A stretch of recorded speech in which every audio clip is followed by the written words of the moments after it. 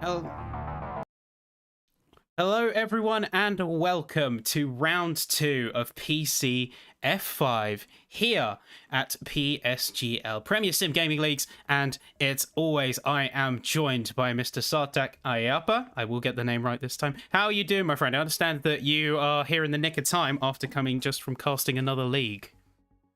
Yep, indeed, I am. Of course, it was away from sim racing. It was a bit of a first-person shooter. Nonetheless, a considerable amount of time taken, but I wouldn't miss the PSGL Season 32 F5 out in Bahrain. I am excited more than ever, as you can see from my face and the smile on it. Oh my god, I can't wait to see some of these drivers go head-to-head again. I think we've barely seen the tip of the iceberg in terms of performance of most of the drivers out on the grid. And yeah, I'm excited.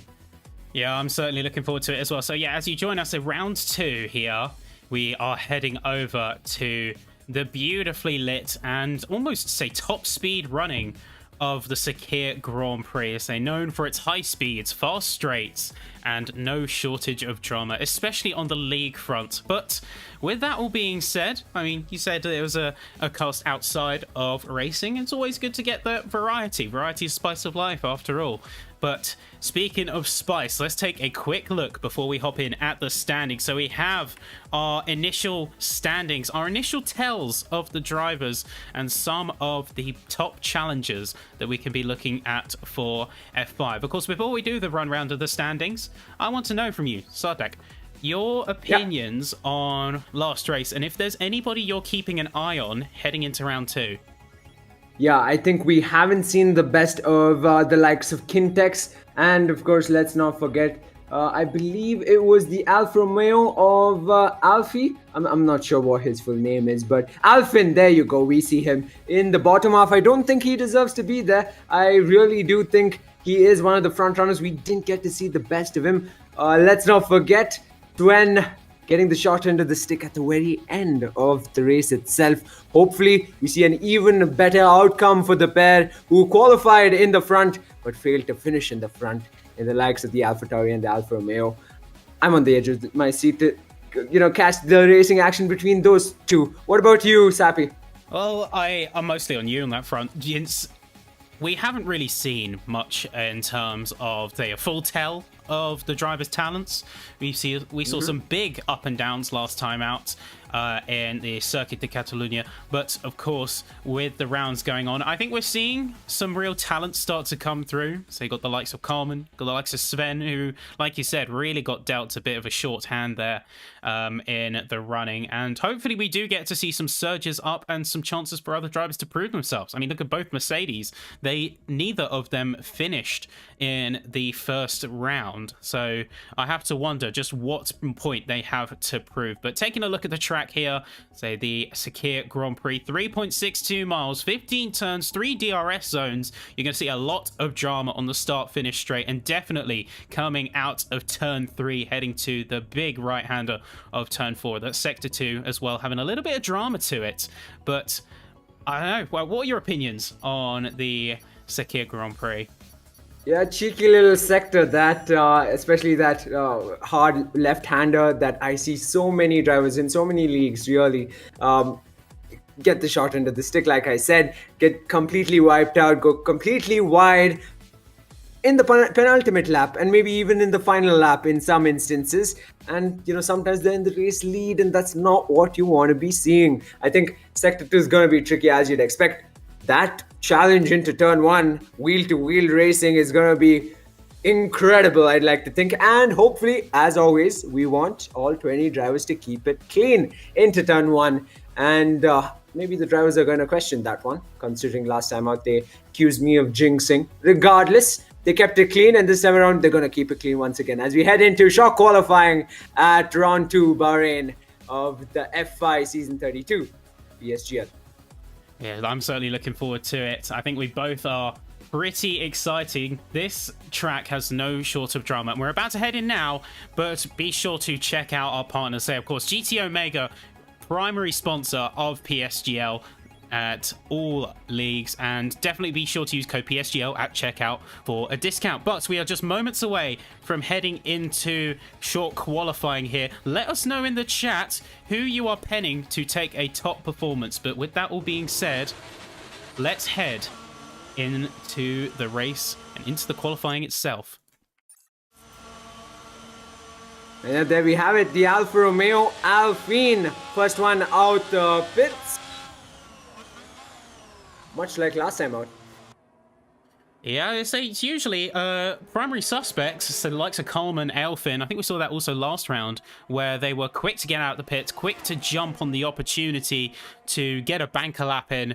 And I think that's a psychological move, if nothing else, because if you have a banker lap early on, you at least know that you have a bit of that safety net. Yeah, surely enough, Alpine did put up a stellar lap around the Circuit de Catalunya, Barcelona, and he'll be looking to do something similar out in the Sakir circuit. I hope I got that right. Unfortunately, sorry about my voice. Regardless, Elliott is still in the pit. Sven Schumacher follows suit. Leo Norby, formidable drivers who we saw go wheel to wheel on more than one occasion last time out, will be looking to qualify, have that jump on in the qualifying this time around.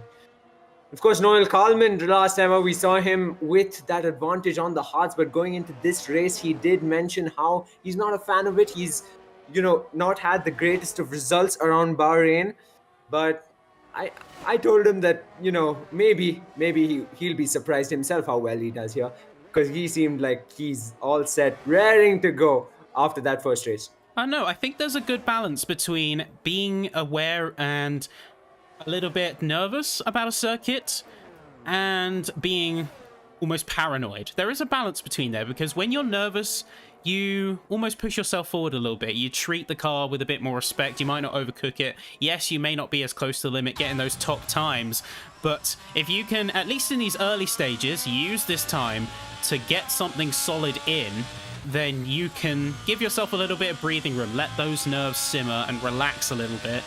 And then as you settle in, because remember, got 15 minutes from this point on, so you still got quite a few opportunities to set a lap here. Elfin is first to set the pace, it looks like, out on track.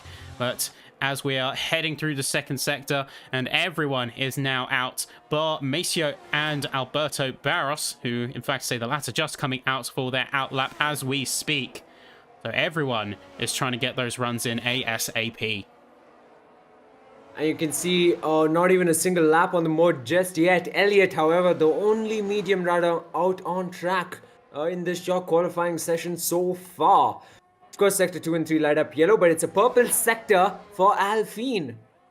But it is early days, so I think first driver to run purple sectors is going to be all lighting up. It's when you get to the midpoint in the late half of the qualifying that you really start to see the pace being made. But there we go. Benchmark has been set. Ailfin, 127.782. Are we going to see any challenges from up and down the field as Carmen? It's 128.2. Next up, I believe, is Sven. Just coming across the line now. Are we going to set them jump to the top? No, not quite. It's going to be just a 10th under, followed by Bensi Fazekas in 128.134 trim. But Yuchi with a 127.772, 10 milliseconds ahead of the Alfa Romeo as his teammate joins him just under a 10th behind. Super Gaming, that'll be.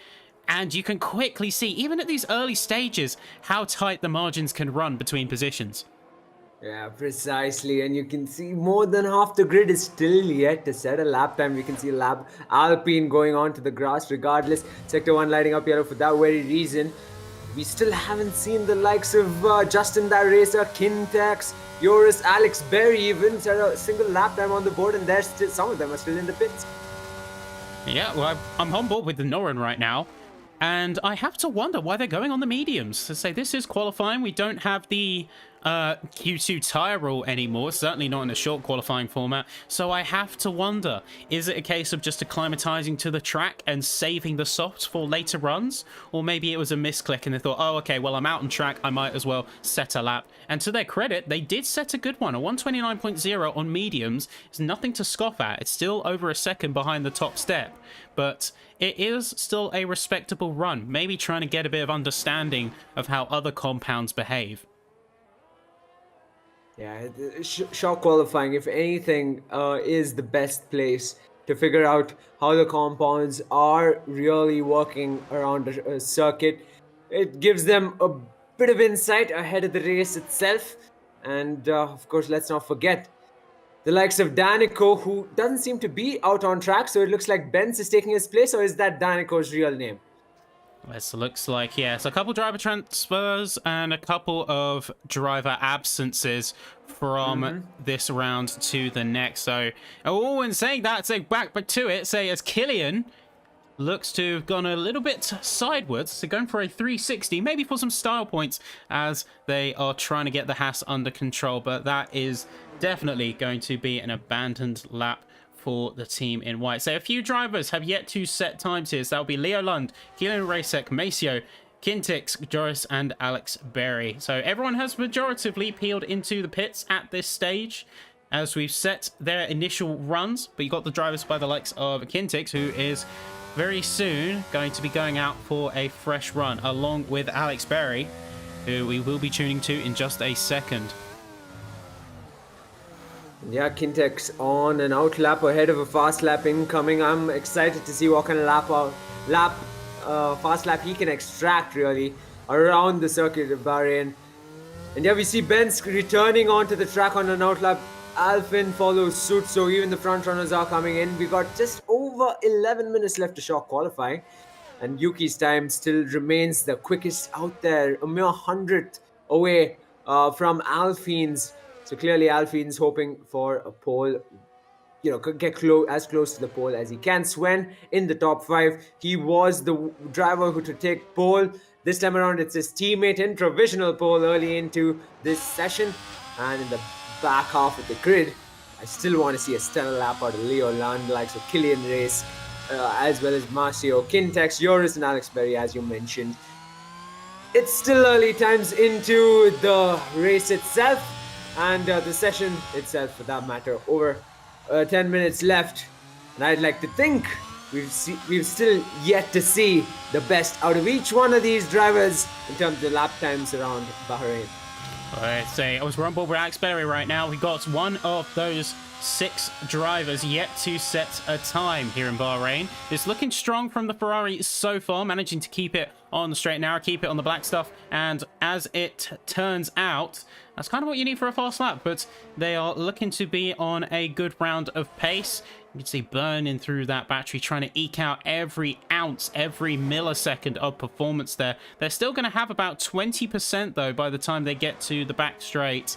And it's really characteristics of the track, but 128.014 is going to be enough for P5 and to put him potentially in that top bar for contention for some high positions. As I said, we got Kintix now, who looks to be running very wide. I will be surprised if they are going to be taking that lap or maybe trying to charge up what ERS they can to go for another runner. They're on 50% right now, so I have to think that they'll be going back into the pits. But it's convenient too because everyone else is out on flyers. We're on board with Super Gaming. Just started a lap here, it looks like, about to go and see if they can maybe surpass their teammate or even take pole from the AlphaTauris, who in terms of teams is the other suit, looking very strong so far here in round 2 qualifying at PSGL. Yeah, with Alex Berry getting into the top 5, his teammate is on a fast lap of his own. He's down in a P10 as of now. And Kintex had a fumble in his own right in Sector 2. The rear kicked out quite a bit. Not something you want happening at all during qualifying. Just over 8.5 minutes left with I'm staying on board Norby, as it seems you are on board Super Gaming. 1/10 up here on Norby's side. How's Super Gaming doing? That's looking like a strong lap now. At this point, can't really say, but all they need is less than a 10th. Luckily, they might have got a little bit of a tow from the cars ahead, And them going out of the way might have just been the perfect little nudge that the Alfa Romeo needed. And it's looking very consistent, very smooth, progressive with the steering inputs, although saying that they're about half a tenth down. Can they recover it by sector 3? That's the question on my mind. Remember, less than a tenth, about 90 milliseconds is all that splits them and pole position. Is it going to be enough? It's looking like a very good line, but not going to be what they need as they peel back to the pits and opt to reserve those resources for later on. But on the other end, Norby outdid himself and got ahead of Alex Berry, puts himself in the top 6 alongside his teammate. So as it stands, it's 2 Alfa Romeos, 2 Alfa Tauris and 2 Ferraris all in the top 6. Racing on board with Racing as they are about to get their lap down and going to see how they do. Now, one of 3 drivers left to set a lap. Only other drivers who have yet to do so are Kintix and Maceo in the Mercedes. The Mercedes in particular, I'm hoping to see perform because, remember, neither of them finished last time out in Catalonia. Yeah, we're closing in on the 7-minute mark of short qualifying. Sven Schumacher, ladies and gentlemen, there you have it. 1 minute 27.472 to open up a 3/10 gap between his own teammate in qualifying for provisional pole. And not only that, but it's 3/10 exactly, a 0.472 to a 0.772. AlphaTauri absolutely on fire as far as team dynamics go. And the Alfa Romeos being split by Memento in P4 is by the Aston Martin. They've got to conjure up some kind of response to that. So both of the drivers are in the pits. Ferraris are very close behind as that is going to be, unfortunately, an invalidation for ASIC. He's going to have no choice but to go again. Time is running out. Yeah, exactly, and someone we've actually disregarded so far, Memento, getting into the top 5 in Aston Martin while his teammate hangs around down in P16. He did set that lap time, I presume, on the mediums, Elliot. With Memento in the top 5, I'd like to think Elliot's trying to aim for the same, get in the mix, get in the top 10 at the very least. Yeah, it's not quite going to be it just yet. So it looks like they went for a run on the softs, but invalidated their lap. That 129.0 is a lap they set on the mediums, and with the bar constantly being raised, remember, pole position, 127.472 from Sven there. So he's going to have to make over a second and a half to be in contention for those top spots. And it's not looking like it's going to be that easy. There we have it. Alex Berry seems to be on a fast lap that he just started. Meanwhile, a bunch of the front runners who find themselves in the top 6 so far head into the pits, but Alpine comes out for an out lap, so he'll be putting in another lap soon enough. Joris has found himself in the top 10, put himself in the top 10. Benz follows suit, and Alexander Dimas puts his Mercedes in the top 10 as well. So it's good to see that everyone is managing to get those laps in. We are 5 minutes left in qualifying, so this is really now or never time. If drivers want to make the cut and get a final run in, they've got to be out of those pits before 4 minutes pass, because they're not going to have enough time otherwise to get around for their outlap at a slightly slower pace and then go for a full run with maybe even a second run to spare if they are lucky. Everyone on board with Alex Berry looks to be on good form, good pace so far. Have to see for the timestamp to Sector 3 as to how they're doing, but it's looking like a strong one.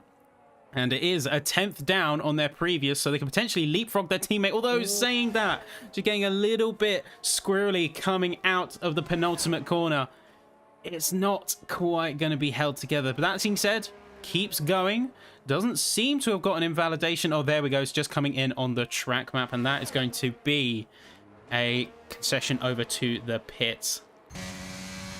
Yeah, the way that kicked out was unfortunate, but regardless, Alpine, the closest competitor to the AlphaTauri pair, who sit pretty in P1 provisional pole as well as provisional P2, is on a fast lap of his own, and the rear kicks out just so much into the Sector 2 as he goes.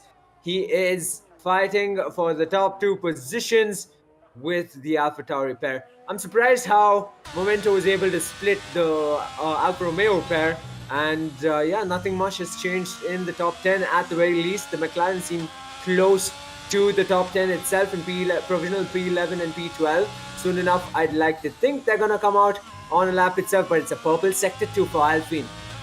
Right now is looking on very good form, seeing if he can at least slot himself in between the AlphaTauris. Sven really putting it a notch higher than everyone else at the moment, and with 3 minutes to go, I don't see many people going out to match it. This is where we start to see a lot of drivers peel out. Elfin's on a very good run here. It's going to be 127.629. It's just going to be enough to slot himself in between the AlphaTauris. Take P2 here in qualifying.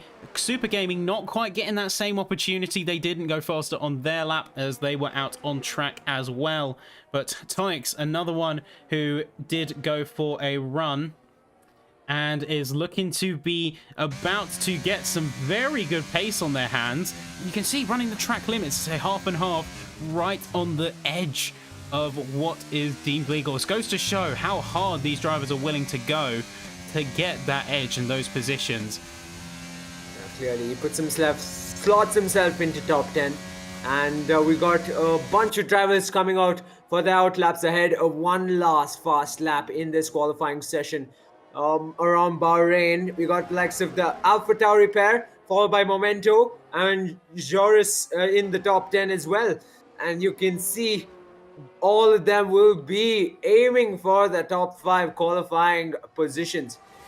Yeah, everyone's aiming for those top 5. So Maceo setting an initial time of 1:44, but that was, remember, just on their previous lap where they were prepping for this one. Now this one is for all the marbles. 1 minute 36 left on the clock. They are going to have to absolutely nail this, or if they don't, they're going to have to pray that they can balance the ERS well enough to get themselves a second chance. Either way, looking on good pace for the Mercedes. Just misses the apex a little bit of turn 4, gets a little bit squirrely on the throttle, has to catch it, but otherwise keeping it mostly okay. So balancing that steering input with the throttle is such a difficult cause, especially in these machines. You don't treat them right, they will bite you, and they will absolutely take no prisoners. And we've seen that in the last race, and we might just see it in this race as well. I'm on board, of course, the AlphaTauris. Specifically Yuki, as he starts a fast lap of his own. He's looking to beat his teammate. He's looking to beat the likes of an Alfa Romeo and Alpine, who's headed into the pits. So that is the end of qualifying, I'd like to presume, of Alpine. He won't be competing for pole. So it is between the pair in the AlphaTauris, Sven and Yuki, who will come out on top. Or who knows, we get a left field result from the likes of Super Gaming, Momento, or the Ferrari pair. Yeah, and so to say, the Ferrari pair is really a little bit of a wild card in this whole ordeal. They've kept the top 5 very honest with themselves as we have progressed here in quali, and in fact they almost leapfrogged themselves a couple times as teammates. If they keep pushing themselves forward, we could have a very formidable pairing here in PCF 5 on our hands. As the timer falls. Precisely. As the timer is done, Tonics and Elfin in the pits. Maceo coming across the line is not going to improve. It's going to be an invalidation of their lap. They're going to be down in P17, with leaving Rasik and Kintix to be the next ones to try and improve. That's going to be Noel Carman coming across the line. The 127.775 is going to hop over Super Gaming here and is going to take P4 in that McLaren. Yuki, though, coming across the line, it's going to be 3 milliseconds improved, but no positions. So it is technically an improvement, but not one enough to make a difference, as it looks like there is a Haas stuck at the penultimate, or say the final corner. That is going to be Rasix. Just pushing it too hard on that final lap is going to be out of qualifying along with Kintix.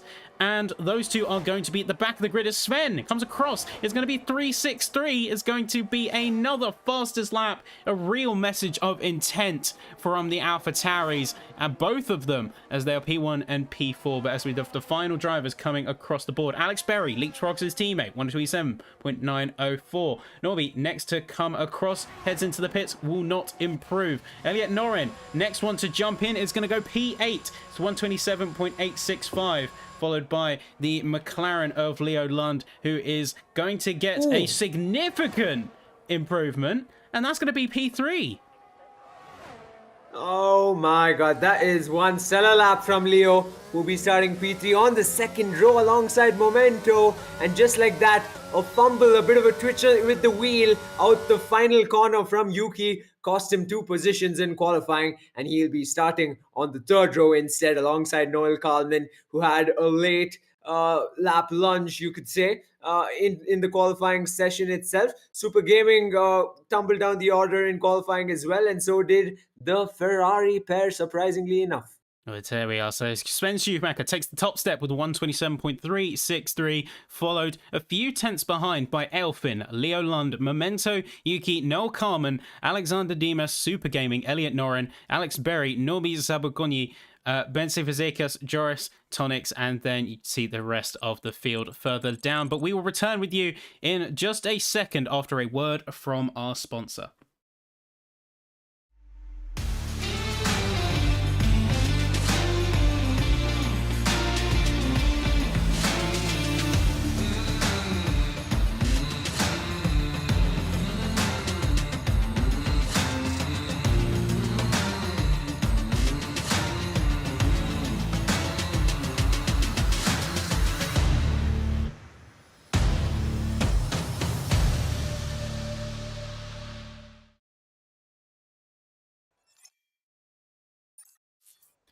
And here we are as we get ready for the start of round 2 here at PSGL. Be sure to check out our title sponsors, GT Omega. Use code PSGL at checkout for a healthy discount on any GT Omega products. But what a qualifying that was, especially the last round lunge from Leo Lund there. And do you think that's indicative of McLaren performance to come? I mean, perhaps we did see the same from Noel Kalman as well, right? A lunge in his own right. It did put him in the second row, but let's head straight into the race. 5 lights are on, and they're out, and away they go. The AlphaTauri gets a mighty start, but it's the McLaren that gets the mightiest start. Goes level pegging with the Alfa Romeo, and soon enough, level pegging with the AlphaTauri into turn 1 around the outside. An ambitious move, to say the least. Gets almost sent out of the track, but respectful as they might be, AlphaTauri, Sven Schumacher holds on to the race lead, followed by Leo Lund, Alpine, Momento, Carl Minert. Here comes the Aston Martin of Momento down the inside into the exit of Sector 1, and the Alfa Romeo still has the advantage. Noel Kalman in the mix as well for that last podium position early into this race. And it's like fighting up and down the field. Racing and Fazekas down at the bottom end. They're looking to be a lot of mid-pack fighting. Yuki dropping right down the order in a bit of a battle with that Aston Martin. They're going to have a bit of a drag race heading through the second sector. He's got to get that move now before the hairpin manages to get the superior line. Threads like a needle between themselves and the Mercedes as Yuki gets caught off guard. Seems to be struggling with the throttle, getting the car down. And those vital tenths are going to be the difference between taking that position and conceding as they have to PA, as Barros, Norby, Tonics, and Super Gaming all are in a heated fight. It's going to be almost 3 wide from the cars as this mid-pack battle is going to be ruthless and right to the edge. That's the kind of battles we are on the edge of our seat for, isn't it? At the back of the pack all the way to the front. What a climb some of these drivers have had, as Alberto has made up 7 positions since the start.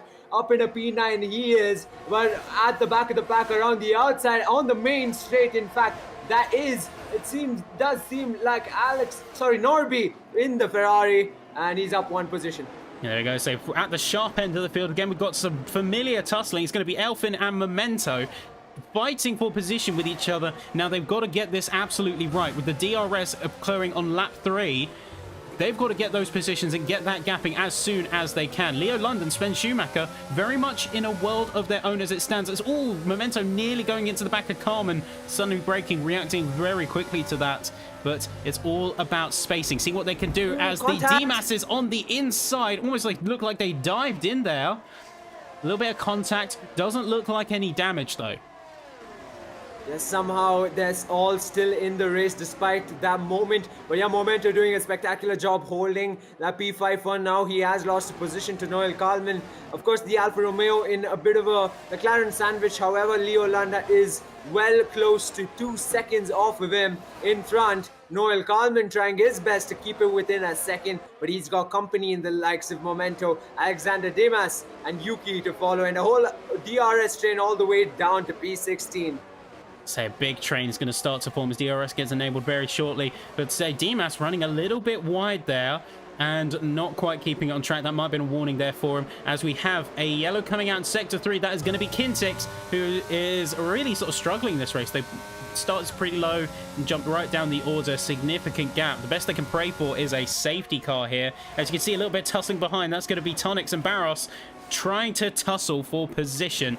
And looking on board that Williams, you can see that they are looking around, trying to see what moves they can pull. 44% on their BRS, so they're really trying to burn whatever resources they can to stay in range.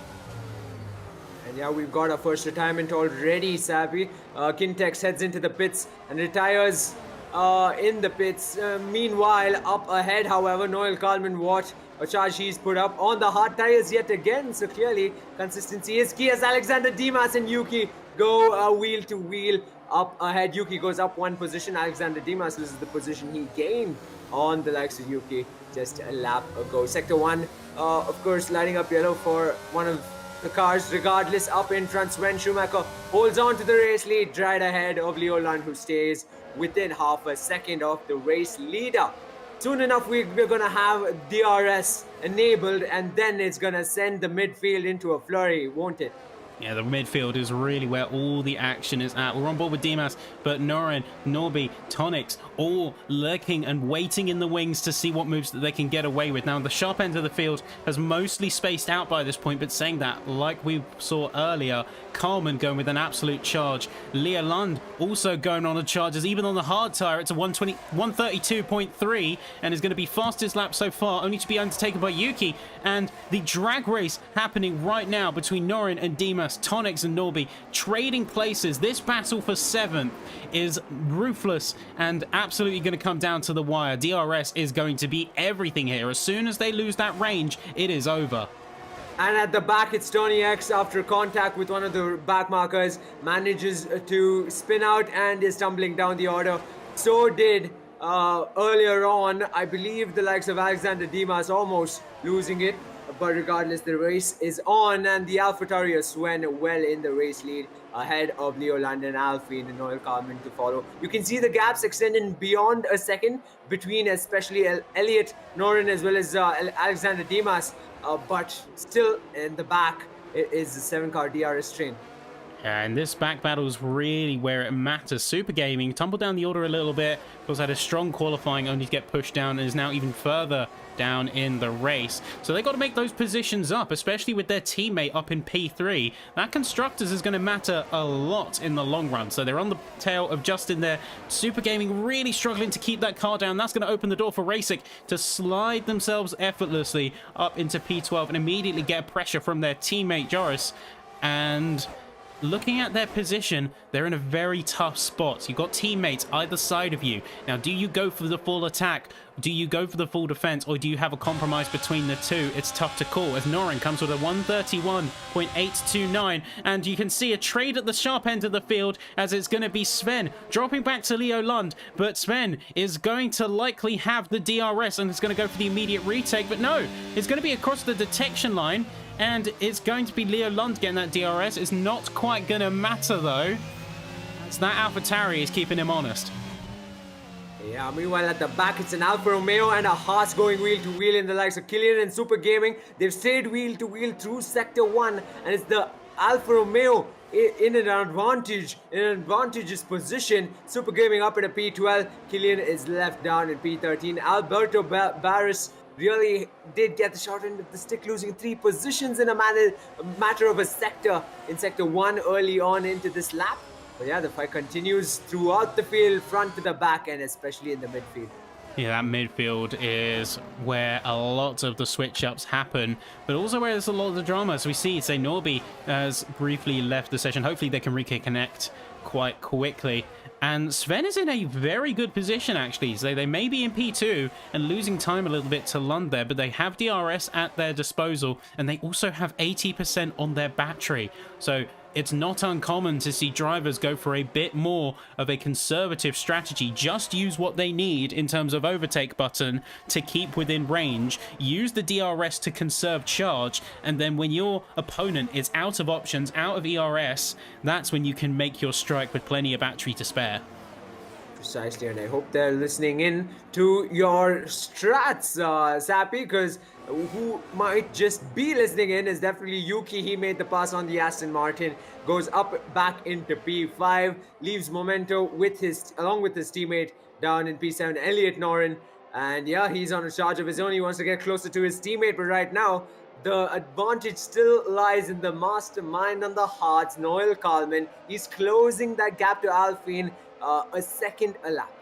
Yeah, no, interestingly though, everyone bar one car out on track right now is on the hards. Now, I think we're going to see a hard-medium strategy, which means teammates are going to have to be so careful regarding double stacking, regarding when they choose to take those stops, because if they potentially overcut or undercut another team, then that can either go significantly in their advantage, or if they really get caught off guard, maybe with the pit traffic, then they could potentially be in big trouble.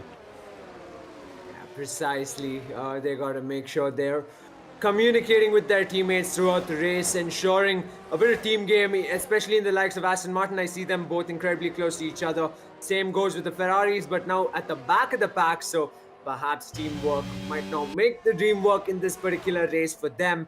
Regardless, the race is on. Leo Lund leads this race ahead of Sven, Alfie, Noel Kalman, and Yuki in the top 5. But on the main straight, it's Super Gaming on Barros into turn 1. You'll see that move being made, the level pegging into turn 1. Who will break the latest a bit? Tad too close to the Mercedes of Dimas. Super Gaming somehow up in a P10, stays wheel to wheel with Barros. That Williams is not giving up without a fight. As you can see, they stay level pegging through Sector 1. Yeah, so it's going to be a tale of pendulums, it looks like, for the Alfa Romeos, because just as Super Gaming goes for a charge upwards and is tussling with Barros, Aelfin has no choice but to concede to Kalman as the McLarens take P1 and P3 in a pretty effortless move from the Papaya car. It almost made it look easy with the DRS and with the pretty sure significant advantage on the battery, although saying that, it looks like Kalman is on the recharge, and in fact, no, they burn everything in that move, so suddenly this podium fight got a little bit more interesting, because right away, the yellow, or say the orange car is on the back foot. Knowing Noel Kalman and how he did last race out, maybe, just maybe he can hold off Alpine for that much longer. I mean, they are running 1 and 3 right now, McLaren, which we haven't seen them run just yet. Of course, the season has just begun. Meanwhile, a bit of exchange in positions between the horses at the back of the pack, but right now Leo Lund leads this race ahead of the AlphaTauri. Sven Schumacher, you can see, is the DRS opening up, but will have to settle for P2 for now. Alpine not charging a fight to that McLaren just yet. Yuki holding firm in P5. And right now, these two top runners are really just trying to psych each other out, trying to subtly add that pressure. You saw Leo for a split second there start to succumb. You saw a tiny little wiggle on the rear, just almost losing it on the throttle, but keeping it for the time being, managing to keep it on track. Now, Sven is on 60% battery, but you can see there those recharge lights. Leo Lund is on the ropes, and I think they can only keep up the position for so long. All they really need to do is keep them in until that pit window comes. Because, but imagine, before long, as soon as possible, really, these drivers are going to be swapping to the mediums. Yeah, precisely. Hope they have their eyes on the laps passing by as well. We've got about 21 laps left into this race.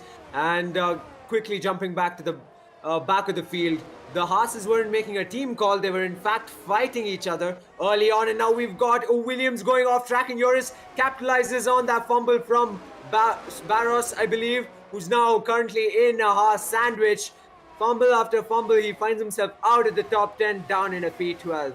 Well, you mentioned about the Hasses fighting, and this is really the one instance where you don't want that to happen, because of course we're drivers. A matter of pride is at stake. You want to achieve as high as possible. There's no disputing that. Barros tries to go for a bit of a defensive move to try and cut the apex, but has no choice. That second Haas of Race6 just has the overspeed there. No real choice but to concede down to P13. But yeah, they're both Hasses, and they're too close to each other. Same with Memento and Norin. They're going to have to pick their pit windows wisely. They're going to have to concede with each other when is going to be a good time to let the other by, and when is it the right call for one another to go into the pits, because these two cannot be jostling for space and cannot be getting in each other's way. They're teammates, and all you're going to do is going to put yourself in the firing line of other drivers on the field, like Barros, like Norby, the Ferraris.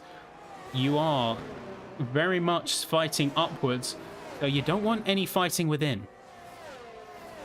Precisely, and to think both have the pace to mount the fight to the next car in front, Alexander Dimas.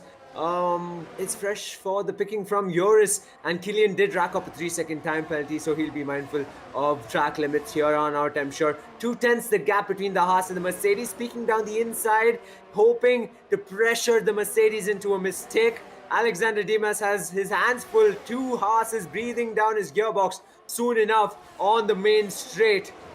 And folks, this is going to be a move of the league itself. He weaves to the right hand side of the track, he heads into the pits, and that's going to be easier than expected for the Haas's, as Alexander Dimas, after 9 laps on the hards, heads straight into the pits. An early pit stop, I might say. Well, I think it's a pretty good judgment call if they can make it work. They're going to have to conserve the life out of those mediums super hard, but they had no DRS. They had both Hasses breathing down their neck. They didn't really have much of a choice in terms of strategic options, so I think getting the pit stop out of the way, coming out in some clean air, might be the best play for them if they can maybe be a bit more conservative on those mediums and run the pace to the end. And we'll see how that plays out for the likes of Alexander Dimas, who comes out P16 on a fresh set of mediums. As we said, up in front, Leo Land ahead of Sven Schumacher and Noel Carmen. Mind you, Alpin, despite having the advantage on ERS, still is trailing behind Noel Carmen. Last time out, when we were on board him, we saw he had about 50% ERS, so Noel clearly has done a mighty job at holding on to that P3 so far. And that gap between him and Alpin remains a second, and so does that gap between Sven and Leo Land up in front now, 3/10 as they get along the final corner and onto the main straight. ERS being strategically deployed. Leo Lund doesn't have what he needs.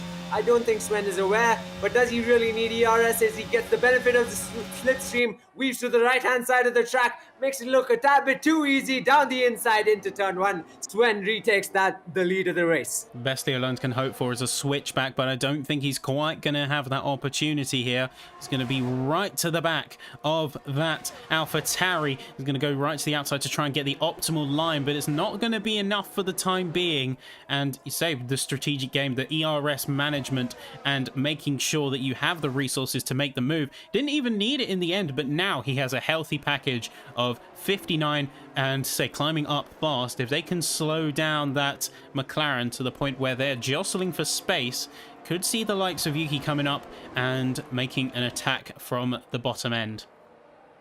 Yeah, I really am surprised how Alpine hasn't really mounted a charge onto Noel Kalman, and maybe he just has his moment as he weaves to the left-hand side of the track into the entrance of Sector 2. He'll be ahead. It's the Alfa Romeo nose in front as they go through that spectacular left-hander in Bahrain. It's a switchback at that. The McLaren comes back fighting, and he's up ahead now. Noel Kalman, what a move to retake that position, which he rightfully can call his own right now. Well, it's about patience. Alpin, I think, was getting a bit too impatient. They were trying to manage their resources, but they've also got an AlphaTauri breathing down their neck from the rear. So they had to make a little bit of a judgment call there. They're going to have the DRS this time round, and maybe that's what they're banking on to truly secure the move this time round, as they're again peeling to the right and hoping to get it secured. But you can see they're going parallel through turn 1, making sure that there's no switchback business to be found, and is going to be trying their absolute best to hold them off. But say only 25% on the ERS, so even if they got the move past, the question on their mind would have been, how long can I keep it? Yeah, and Yuki evaded quite the incident that could have been onto Noel Kalman. He's been patiently looking at the McLaren and Alfa Romeo, seeing how this battle turns out. He wants to get into the mix, the third car in the fight. Momento is quite the distance behind as Sector 2 and 3 light up yellow. This Alfa Romeo is fending off the McLaren pretty darn well, but Yuki patiently waiting for a fumble or two from the McLaren and Alfa Romeo, and maybe he might just get 2 positions in a matter of a corner or a sector. It's all to play for on lap number 12. Well, this is where things get to very interesting now. Well, we got the pit window coming up very shortly, and while we have a couple racers who have already taken it or even retired, this is where the big shakeups are going to be made. We're going to start seeing players in the next few laps or so start to peel into the pits, start to switch onto those mediums and see if they can get those mediums switched on. Although saying that, looks like there has been a big hiccup, a big mistake. That is Leo Lund dropping down to P4. Yuki trying to switch very quickly and almost evading an incident as Leo Lund is going to go on the inside again, is going to try and pull the reverse card, but it's going to be to no avail. And that is an AlphaTauri not only into P4, but up into the podium positions as the McLaren and the Alfa Romeo start fighting behind as Leo Lund tries to recover what was at that point such a good charge, leaving Sven completely in the open with a free track. Yeah, I'm amazed at how Alpine ended up in that hiccup as well and dropping down to P5, not the greatest. And Noel Kalman ends up being the McLaren in the lead with Yuki to trail, but it is indeed AlphaTauri 1 and 3, Sven Schumacher with a fine 3.5 second lead up in front.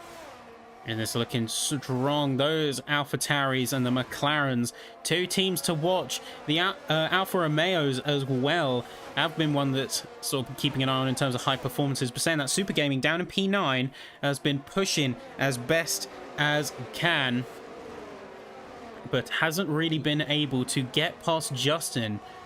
Say down in P8. It's looking like a little bit of jostling. And we got both of the Mercedes down the bottom end of the field, but both having stopped. So crucially, they have fulfilled that requirement. Question is, can they make it pay off with how early they took it? And yeah, once again, Yuki and Leo Lund getting incredibly close to each other within 3-4 tenths. In fact, you can see that those McLarens are really sandwiching the AlphaTauri pretty darn well. Noel Kalman holding on to that second position ahead of Yuki, ahead of Leo Lund. And yeah, Yuki's probably just stuck there, having to do nothing. He really can't do anything, can he? Because the minute he attempts, Leo Lund is quick on his tail as well. Yeah, those McLarens are really in prime position. If they can manage their resources right here, they might even have, a team charge on their hands. Leo Lund peeking around the outside, trying to psych out the AlphaTauri as we head into the second DRS zone of the track. I don't know, is the start-finish straight counted as DRS zone 3, or is it counted as DRS zone 1 of the lap? I mean, technically, it starts before the lap, but the majority of it is post-finish line. Yeah, meanwhile, however, in the back of the pack, sorry to cut you off, but the Ferraris are having moments of their own. That's just stuck in P13 and P14. I think there was a moment with Alberto Barros, but regardless, it doesn't seem like any of them have front wing damage, or yeah, none of them do have front wing damage. Up in front, however, Alpine closing in on Leo with a half a second's gap on the main straight. Noel Kalman sets the fastest lap time. He's still trailing right behind Sven Schumacher into turn 1. Noel Kalman will remain the lead car in this pack, this 4-car pack. I say more importantly, Justin has finally conceded that P8 to Super Gaming as they've been pushing lap after lap after lap, and finally makes it happen as we see a few trades up and down the field. The 2 Hasses continue to swap places with each other. And by comparison, we look at some of the team pairings. You've got the Ferraris in P13 and P14, the Hasses in P10 and P11, the Aston Martins in 6 and 7. They've mostly been keeping out of each other's hair, but it looks like Racek and Joris have been continuing to trade. And with Racek having that 3-second penalty, I can't help but question whether that's a good idea. If you're the one with the penalty, maybe you want to focus on defending on your teammates' behalf so they can get a bit of a charge up ahead. Although that is going to be someone marooned on track, it seems. That is going to be Dimas, Alexander Dimas, as it may have occurred that they span through turn 2. And that DRS train is forming up ahead between Yuki, Leoland, and Alpine once again.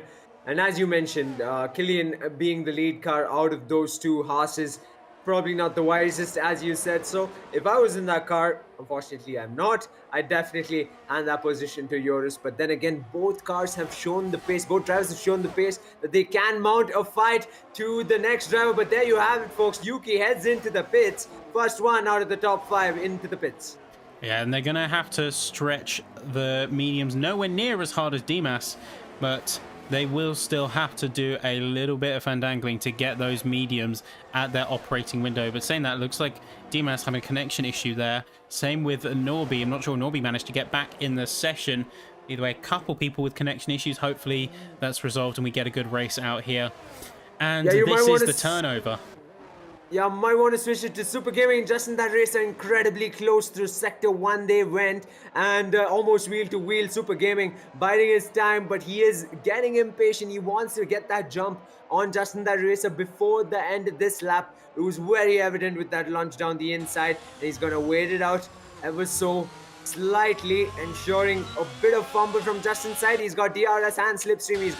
He'll have everything he needs to make the move done, but we'll have to wait for the main straight regardless. You can see Justin's on the recharge at the moment, so trying to scrape back up some ERS, but Super Gaming's sitting on half a tank, so he knows that he can strike at any moment. Tactically, and I think a good choice here, opts not to do the overtake into Sector 2, but is instead waiting for the start-finish straight and out of turn 3 to get the move done with the double DRS. I think that's what we're seeing. I think Justin knows that. That's why he's going so heavy on the recharge as Sven, race leader, heads into the pits, as so many have done. And Super Gaming, indecisiveness there from the now P3 runner. Bit of indecisiveness there, but this is where everyone now is heading into the pits. No, I think they noticed that their teammate was going in and immediately had to make that call of, nope, we're going to double stack if we do that. I have to stay out one lap more. Precisely. So he stays out along with Elliott, Noel Coleman, the McLaren and Aston Martin that are in the lead of this race right now, as we have gone past the halfway mark of the race itself, with just about 12 laps left to the Bahrain race, round 2 of F5 season 32 PSGL. I am excited because things are just getting started. The horses find themselves in the top 5, Sappy, but they're still on the hard tires. Yeah, they've got 2 different races forming now. Say Sven comes out in a very strong position, say with their teammates in P7 and P8. Remember, those top 6 still have to pit. They're still on the hards, and they still have yet to make a stop. Razik with a 3-second penalty as it stands, although has done brilliantly, still netting themselves 14 positions as of current. But Carmen currently leading the race and very soon about to head into the pits themselves. It's only a matter of time. Now, I think it's a good call. You really want to avoid that double stack, but again, with the Haas's, Noel Carmen opting to go for yet another lap on those hards. So I think really just trying to give their teammates a little bit of space for getting that congestion a little bit. And you see 3-second time penalty for Leo Lund. Suddenly, this fight has got a lot more tense on the half of Noel Carmen, but that's Racing staying out of the 2 Hasses, Joris going in, and more importantly, avoiding the double stack, which we were so fearful for. Yeah, Norby stays out as well from Ferrari, so it's just 3 runners on the hard tire, 17 laps of age. And the gap between Noel Coleman and Sven, about 20 seconds or so, just under 20 seconds by the looks of it, could extend over a second in this lap. But yeah, Noel Coleman's going to stay out perhaps for another lap, you'd think. How much will that play into their favor? Alpha Tauri running 4th and 5th, now close behind each other. Leo Land trailing it along looks like, with sorry the to cut time you off, penalty. mate, but it looks like Norin is in the wall. Sorry to cut you off, but say we saw Memento and Norin running together and ghosting through the cars in the recovery. but that is going to be the Aston Martin down to P12. Not looking good there. And immediately you can see with how they're driving, going wheel to wheel immediately with Barros, that they are frustrated and they are trying to claim those positions back. They have the DRS in their favor at least, so they can afford to go for a little bit of aggression. And though saying that, it looks like Barros has managed to get ahead of them, and he's going to go immediately to the inside to try and go for a retake, though not to be. Unfortunate there from the Aston Martins, but say that is something that could have potentially been avoided if been careful. Yeah, and I believe that Mercedes struggling is indeed Marcio at the very back of the pack, and that is Killian heading into the pits. Noel Coleman did indeed pit, so the race lead now in the hands of Norby, right ahead of Sven Schumacher. Noel Coleman comes out P4, and Leo Lando, I think there was contact between the two McLarens, I'm not too sure, but Leo Lando stays ahead of Noel Coleman, and yeah, they got their front wings intact. It doesn't look to be any damage, at least not visually, but more importantly, both of the McLarens are pretty much burnt on their resources. Coleman was down to 0% last we checked on him, and Leoland doesn't seem to be looking much better. So Yuki right now on that penalty, still is a penalty to their name. So as good as it is for the AlphaTauris that they have a net 1-2, as Norby still has yet to pit, but is opposing an obstruction potentially to Sven. Still going to be dropping down the order. Same goes for the McLarens. Leoland has a penalty to his name, so Coleman is going to be the one carrying the torch at the sharp end of the field. And yeah, meanwhile at the back of the pack, the Haas is seeming very edgy in the likes of Joris. He is getting impatient behind Barros, and he has Elliot Noren coming for his position as well. So a three-way battle of sorts unraveling itself for P11, all within half a second of each other. And soon enough on the main straight, it's a roll of a dice to think who will come out on top. Elliot Noren, after a fumble of sorts, found himself losing multiple positions. Now is in a position to pick off one or maybe two as Sector 1 lights up yellow. Slow moving Mercedes yet again at the back of the pack. They're now having the best of days, much like the Spanish race as well. Masio and Alexander Dimas now having a great outing as the Haas weaves to the right hand side of the track. Barros will be picked off, but what about Elliot Noren? He is going to watch on as the Williams and the Haas battle it out. So just getting that move done as his teammate washes wide. That's going to be very sick there. Ailfin, in amidst all of their battling, gets handed a 3-second penalty. They're naming them as one of the 5 drivers who have a black and white flag next to their name, which is, I'm sure, frustrating after so much fighting. Though looking backwards at Barros and Noren as those two are going side by side through the second sector, fighting for space. At the end, it's going to be Barros who concedes, say, a little bit of a wiggle, whether contact or too aggressive on the throttle. Is going to be demoting themselves to P13. Yeah, after a bump of the wheels around the entrance of Sector 2, of course. But there you have it, folks. The 19-lap-old Hards are not cutting it out for Norby. He tumbles down to P2 as Sven retakes the race lead with 9 laps left to the Bahrain race round 2. Norby needs to pit at this stage. He's got 90 laps on those hards. Those mediums have plenty of life. Really, the place where he should have pit is the lap after his teammate. But yet, lap in, lap out, he continues to go round the track. I don't really understand. I think there may have been a missed call on the strategy front, purely because those mediums have so much more of a pace advantage. We're seeing that now immediately as those hards have significantly fallen away.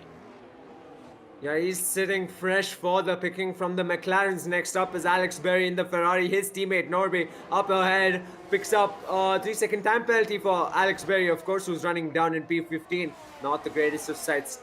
To think that out of the 6 drivers to receive penalties, 3 of them are fighting for podium positions is quite the sight. And maybe just Norby is trying something very, very unconventional that will now make sense as we head into the penultimate and final laps. Because Leo Land now within 3/10, and soon enough Noel Coleman will close in on the likes of the Ferrari as well, and the McLaren will pick off that Ferrari real quick. So there we go. It's Leoland opting to stay behind, and I think that this is where your strategy calls can get you a lot higher positions. I think, say, Leoland, he knows right now that he's got the much slower moving Ferrari ahead of him. He knows he needs to get past, but he also knows that he's essentially a free DRS farm because Norby is over a second behind the next fastest car. So they can get a bit of a DRS, use them as an ERS charge. Although saying that, looks like to be making the move pretty quickly. Lows to go for the inside, but Norby finally going into the pits, almost squeezed the McLaren into doing the same. Luckily with that switchback, managed to get themselves out into the clear, and that is going to be Leoland up with Yuki. So both of them having penalties, but both of them as of current sitting P2 and P3.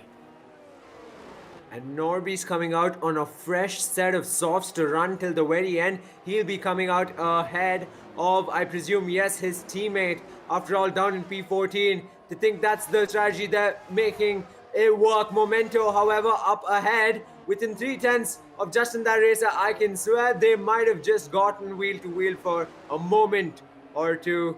But yeah, Justin that racer up in a P6. We've seen this late lap climbs coming through from that Red Bull driver, even in Spain, and we see that again play out in Bahrain. Well, so Justin just needs to lock in where they are at the moment, although that looks to be a Red Bull. That's Fazekas, who made a big mistake there, and so getting themselves almost look like in the wall there. Doesn't have any visual damage, but still, down to P15 is going to be demoted behind the two Ferraris for the time being. Now Norby on the softs right now, but I have to wonder if it's too little too late. They're going to have the pace advantage, but is it 6 seconds pace advantage? They ran those hards for so long comparatively to the rest of the field that everyone's already negated that advantage through just the raw pace of the medium and can take it further here. And a new fastest lap, of course, Leoland 1 minute 30.618. He is running P3 currently ahead of his teammate Noel Kalman, but yet there is Ailfin closing in on Noel Kalman. He can see that P4 in his sights, but he does not have ERS to his benefit, but neither does Noel. So clearly it's going to be a proper fight, a fair fight without ERS if anything, or both will have to go on the defensive and try to recharge that battery. Yeah, and recharge the battery is the name of the game here. These final few laps are really where you start to have to think about, okay, how much resources can I conserve so that I can get these moves done on maybe the penultimate lap or even the final lap in some cases. So in the likes of Ailfin, Justin, not so much. 4 seconds behind. I think he's going to worry more about locking in that P6. We can get a second out of Memento. He's in the clear, but he's going to have to work a little bit for that because, say, drivers like Ailfin, Memento, as long as he's in the DRS, is going to be a viable threat. But everyone is looking to charge their ERS these next few laps so that they have the gusto to go for those final moves or lock in those positions ahead of the checkered flag. Yeah, we're going down to the last 6 laps of this race. Shortest gap between drivers, of course, is scattered quite a bit across the field, but Ailfin primed to pick off Noel Kalman. Can he fend him off? He is on the fresher set of mediums. Noel up in front, the McLaren right behind another McLaren, and soon enough we'll have the penalties on screen, of course, to analyze how that plays out in terms of the podium positions as well. But Sven, race lead, and I don't think he'll quite have a challenge in sights, much in difference to how it turned out in Spain, isn't it? Sven, so 1.1 seconds ahead. Teammate behind has a penalty. I think opting to let their teammate do the majority of the fighting with that other McLaren, because no matter what happens, those two's positions are going to be fixed because they both got the same penalty. So even if they both get dropped by 3 seconds, as it stands, because Justin is down over 4 seconds at this point to Ailfin, regardless of where they sit, they're going to be coming out around P5. So it's really who comes out on top in terms of that order, as it looks like Sven is now giving the DRS range to Yuki there. So I'm not sure whether that was by design or just a happy little accident. But if they can support their teammate, they could potentially lock in that higher position. Even if they do later concede it to the likes of Kalman, it's a little bit of team play they can do here and basically lock in some crucial points for a driver and for AlphaTauri. And if Noel Kalman can get within half a second of Leo, he should have P2 in the bag, I presume, based off of the penalties alone. If my math checks out, but he's got Ilfin on his tail, who's got a penalty to his name as well. So being clean counts for so much more in sim racing, as you can see, folks. But Sven, a healthy lead at that. Now, half a second, Yuki seems to want that race lead, doesn't it? Yeah, it looks like he's creeping up quite quickly. Now, I will wonder if there is any team calls being made, because Yuki's on the recharge and has the DRS so they can build a gap. So Leo Lund is 2.2 seconds behind, so firmly out of DRS now. But I think they want to focus on locking in those positions, or at least maximizing the time gap between themselves and Lund to see if they can squeeze potentially even a P5 or P4, depending on how much of a gap they can get. Of course, GR is being deployed by Noel Coleman. He's trying to close in on Leo as we head into the last couple of laps of the race itself. Sven holds on to the race lead ahead of his teammate Yuki. We might just see Alpha Tauri 1-2 here at Bahrain, whereas the McLarens trying their best to deny that 1-2. And Noel Coleman's going to try his best to get into the mix, split the Alpha Tauris and get on the podium once again. 2 podiums on a row could be his. Coming into the end of lap number 25, into lap number 26 we'll go. And in the midfield, it's Super Gaming closing in on Memento. And yes, that midfield is going to be a last-ditch effort. This is a little bit of a Hail Mary moment for some of these drivers. As you say, 2 drivers on the softs now. Dimas going into the pits and coming out on fresh rubbers, but they were so far behind, I think, so you can see it on the minute on the time board. But it might be a case of if that Mercedes can steal fastest lap, the best they can do is a little bit of damage control and a little bit of points denial.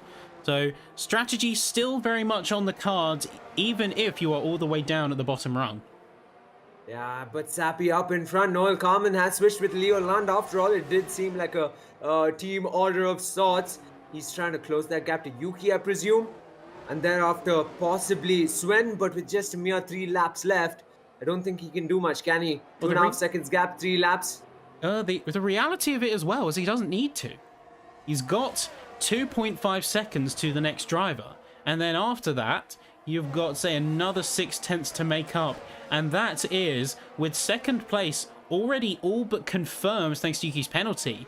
So really, what it comes down to is if we can secure that position, lets the sort of penalised teammate, because he knows effectively that he's going to be demoted places no matter what. It's just a case of who fights behind as to how many. So they really don't need to fight nearly as hard upwards. They just need to focus on defending the position they do have. Which means now, just in that race, or if he can get within a second of Elfin, he's possibly picking up, perhaps more than a second, he could possibly pick up that final podium position. It does seem like it. Elfin, Leoland, as well as Yuki with penalties, 3 seconds each. Yes, if the maths checks out, then so all of them are going to be, say, dropping. But, say, 3 seconds to the board. Leoland going wide, however.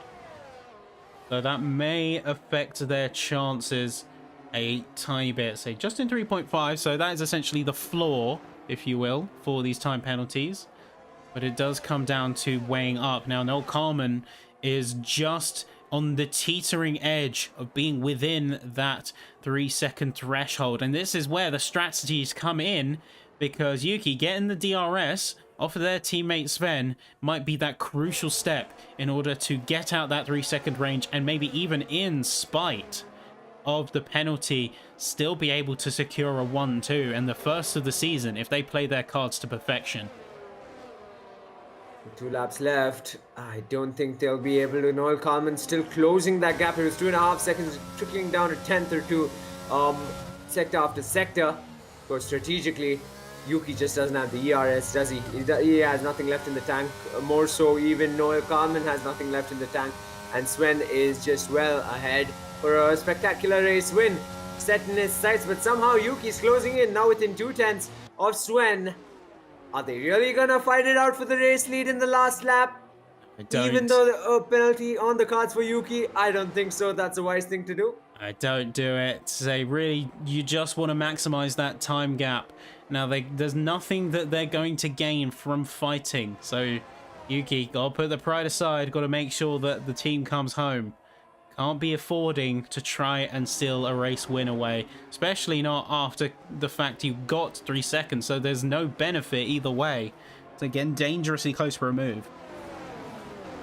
Yeah, incredibly close, but still now half a second. He was 3 tenths earlier on the main straight, so clearly the intention is to keep it clean and bring it home. Perhaps he secures a podium at the very least, Yuki, based on how the penalties play out. But Noel Kalman will be set for a P2 finish. Meanwhile, at the back, Super Gaming might have just had a moment because it seemed like he was set for a move on Memento at the final lap, but he will settle for P8 by the looks of it. Unless a Danico incident happens as we saw in Spain, here in Bahrain once again, which is highly unlikely. It's always nice to see two teams securing the top 4, and for now, as it stands, that's the case. Two AlphaTauris running P1 and P2, with the two McLarens running P3 and P4. I know that we said before that there's not really much of a case to be made yet. It is early days in the season, but I think that we've got a much stronger idea now of just who is going to be leading the charge in terms of the championship. You can see here, oh, Yogi though, ooh, there's a little bit of connection issue, throwing me off for a second there. We thought that it was resolved after the first round, but I don't know, throwing us a little bit of excitement, so trying to throw us off a tad. But here we go, final lap here. Sven really just running a race to perfection there. So they got dealt that bad hand in round 1, and this is the chance to really prove themselves, and that they have done. They have done exactly that here, and really just shown what kind of driver they are, and just what they are capable of in a team capacity as well as a solo outing. Yeah, it's moments like these that really puts them, make sure they are the ones that stand out in the mix. If he can keep it going, it's anyone's guess that he will take home the title again. Early days into the season itself. And mind you, I am mighty impressed by the overall performance of the AlphaTauri team and even the McLaren team, for them to run in the top 5 regardless of whatever came their way.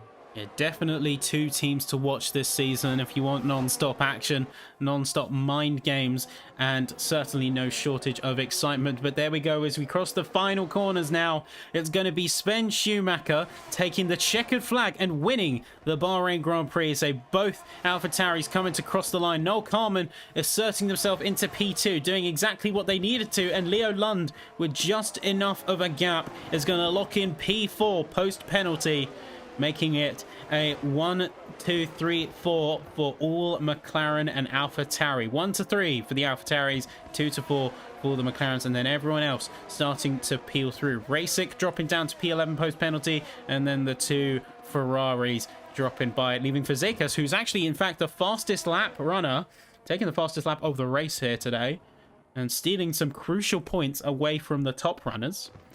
And it's coming through last to cross the line with, I believe, Dimas still on track, but their teammate Maceo dropping out. Take a peek at Justin, that racer's gap to Ailfin. He was clearly in contention for P5, a mere 100th of a second to lose out on that position based off of time penalties. So yeah, if he had just made that final last lap push, maybe he would have gone up a position. But hopefully next time around he'll have eyes on that, and rightfully so. He is the driver of the day. There you go, yeah, 16 milliseconds split that move. Elfin and Justin there, really down to the wire between the two. Just not quite enough, unfortunately, in that case. Though, certainly put up a good fight, made some real advancements over the course of the race, and it was great to see. And I'll say, minor bug there from the game, it seems, not being able to see the podium, or at least the race standings. So we're going to just see in a second where that comes through, and there we are. That is going to be the AlphaTauri driver, Sven Schumacher, coming through with a well-deserved win here in round 2 of PCF 5 here at PSGL, presented by GT Omega, of course. And what a showing of form after that first round. What a showing from the AlphaTauris, both of them, in fact. Team effort put to perfection, really worked their best with the scenario, and same goes for the McLarens. I think we're going to see a brilliant title fight, a brilliant constructors fight for this season. Yeah, surely enough, they did step up from the likes of Yuki as well as Leo Lund. Noel Coleman clearly did put on quite the show in race number 1, and it's followed through to race number 2 as well. He finds himself on the podium 2 times out this season already. Maybe he'll be on the podium every time in this season. But yes, Sven Schumacher right now with that race win. And he was so close to getting that first race win. So this clearly is redemption in some ways. In Yeah. more than one, yeah. In a lot of ways, it is almost like a little bit of redemption. Say the first race, we knew what they were capable of. They were running great right until the end, and then now we get to truly see what they, as a driver, are made of. Now, say hopefully we get a chance to talk to a couple of the drivers. We'll have to wait and see, but wow. Yeah, that final sort of segment where we saw a little bit of the mind games coming into play, a little bit of the metagame strategies as well, between the AlphaTauris in particular, I was really enjoying, and seeing how just that little bit dip back from Sven to help their teammate out really paid dividends in terms of the final placement. Yeah, surely enough. And what is showing even from the likes of Justin that race are consistently in the top 6 from what I remember from race 1 as well. And hopefully he can keep that consistency going. We see him higher up the grid as well, driver of the day yet again. And I'm looking forward to the rest of the drivers. Again, we didn't get to see the best out of Kintix, an early retirement out of him. Who knows what kind of issues he might have faced, but soon enough, hopefully we see the Aston Martin pair, the Haas pair, even the Ferrari pair for that matter, doing a better job out on track. Yeah, definitely some big winners and losers today. We had, of course, say the Ferraris not really doing the best. To say Norby trying their best with the circumstances. Remember, did get disconnected twice and still tried an experimental strategy going from the hard to the soft. Didn't quite play out in their favor, but I definitely respect the attempt at a strategy there. And it is commendable. We always love to see that people are trying different things and trying to see what they can get away with. Of course, there's an optimal strategy, but there is also a great, let's say, a great opportunity.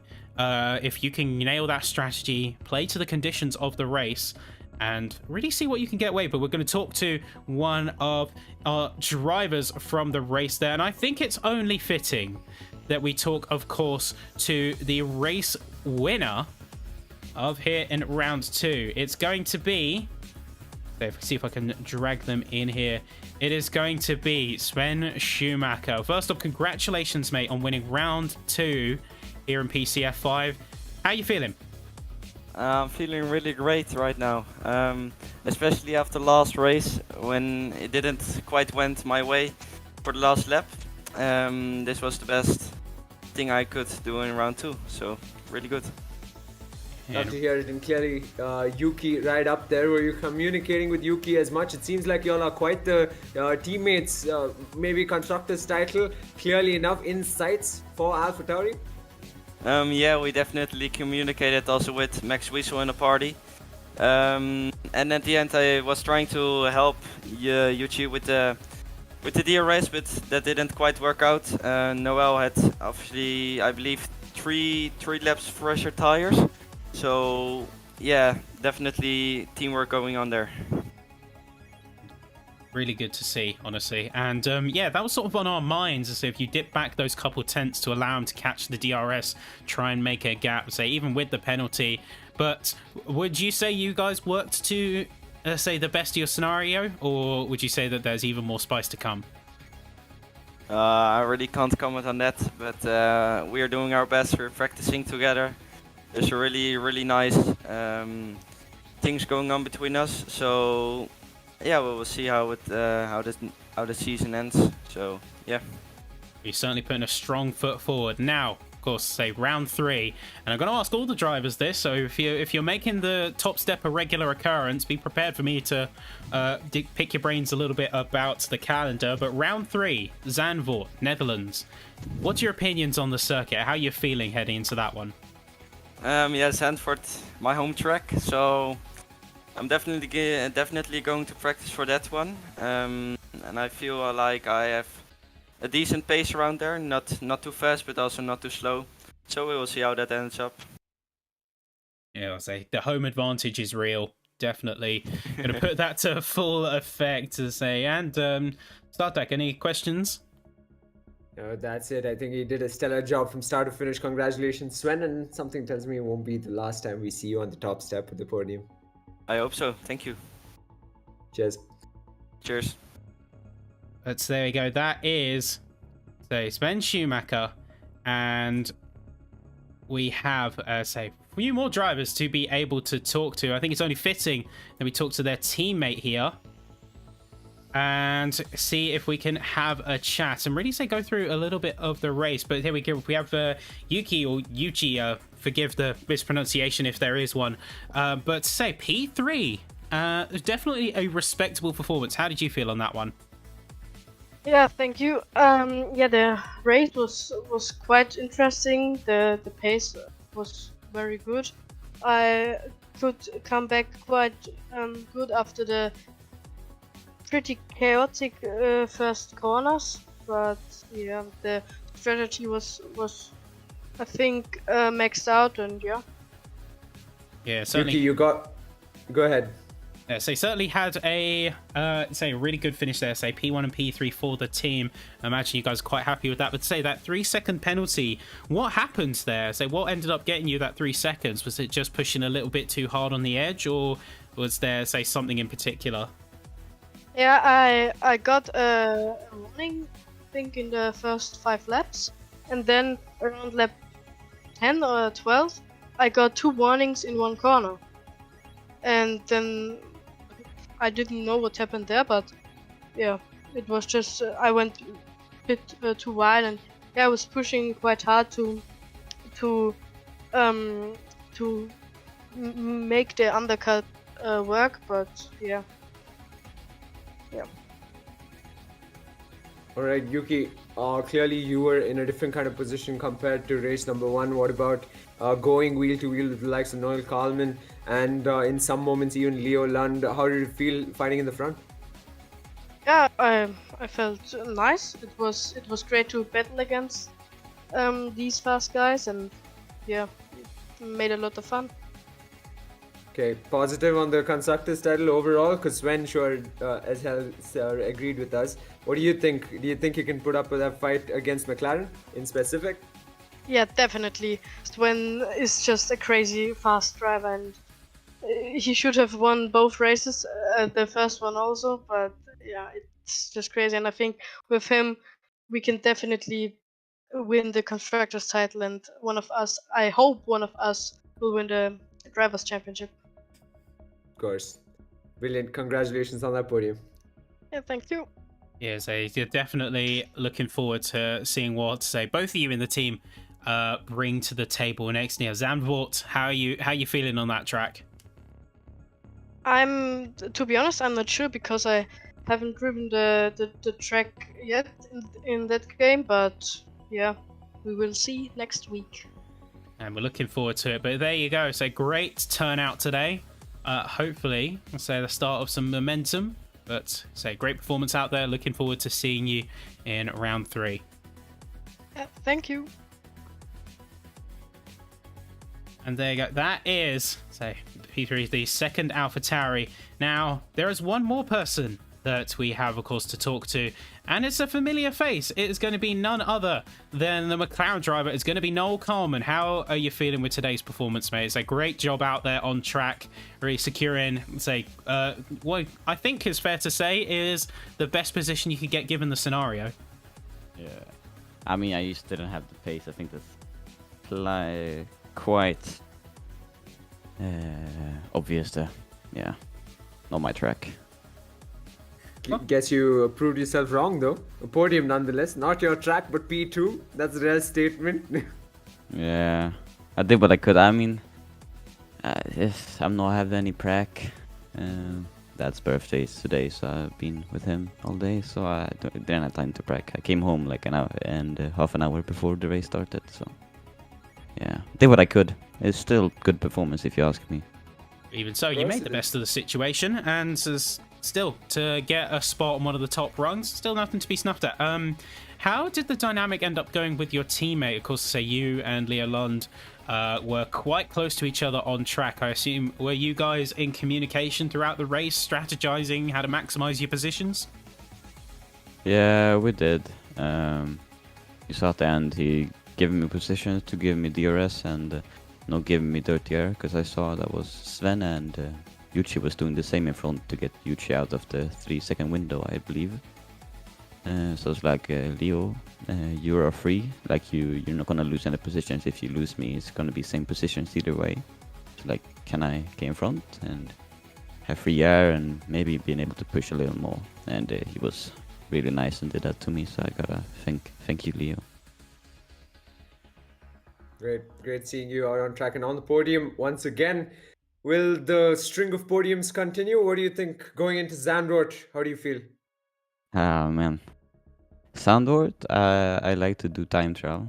Race, I rather not, but I'll see how it goes. I say it is a little bit of a roller coaster in a lot of ways, and It is. it's certainly a unique challenge on the calendar. But either way, say time trials, say got some pace. It's just about converting that into a race situation. But regardless, you can take pride in the performance you put out there today, even if you say not even getting home an hour, not really having any practice, still putting it on the top rung. And say a bit of a mission statement there. So how are you feeling as a team looking at the constructors? No, I do feel really strong with me and Leo. I think we're a great pair, and I think it's gonna be us versus the Alpha Tauris. I think Alpha Tauri and McLaren are the strongest teams on the grid right now. Maybe some other team will prove them, but I think it's gonna be those two. Hopefully, me and Leo will be the 1-3 instead of Yuchi and Sven next time, or maybe 1-2 for me, Leo. But yeah, I mean, as long as I'm enjoying it, I'll be happy. Yeah, that's really what it all comes down to. And say maybe 1-2, be that team to make that statement, be the first one of season to get the 1-2. I think that would be a pretty strong statement as to the constructors. But regardless, say take a rest, mate. So you've got next round to look forward to, and look forward to seeing how you do in round 3 at Zandvoort. Yeah, see you there. And that's going to be, say, all of our interviews for today. But looking forward, looking ahead, folks, we have got, of course, say, round 3 in Zandvoort. And say next week here, you're going to be catching us same time, same place, same top tier racing. And of course, if you want to say support us, be sure to join the Discord, subscribe to the channel, like the stream, and check out our sponsors like GT Omega. Use code PSGL at checkout for a healthy discount. But that is going to be all from myself and Sartek. Say, how are you feeling about the next race?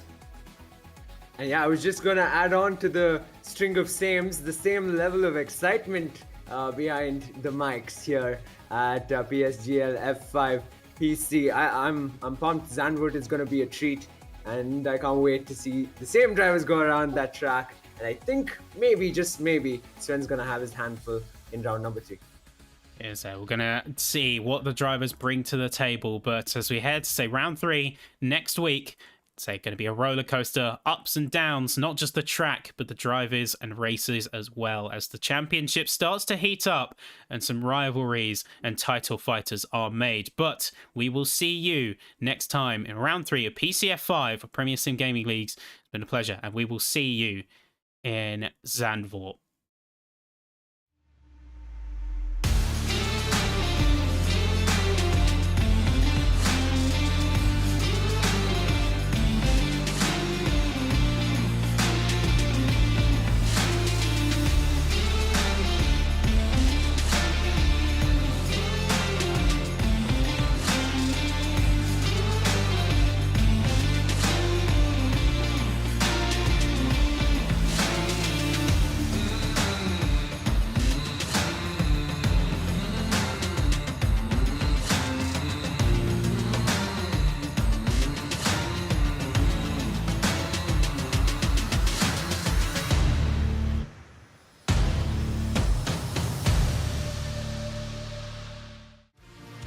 This broadcast was brought to you by GT Omega, proudly supporting PSGL.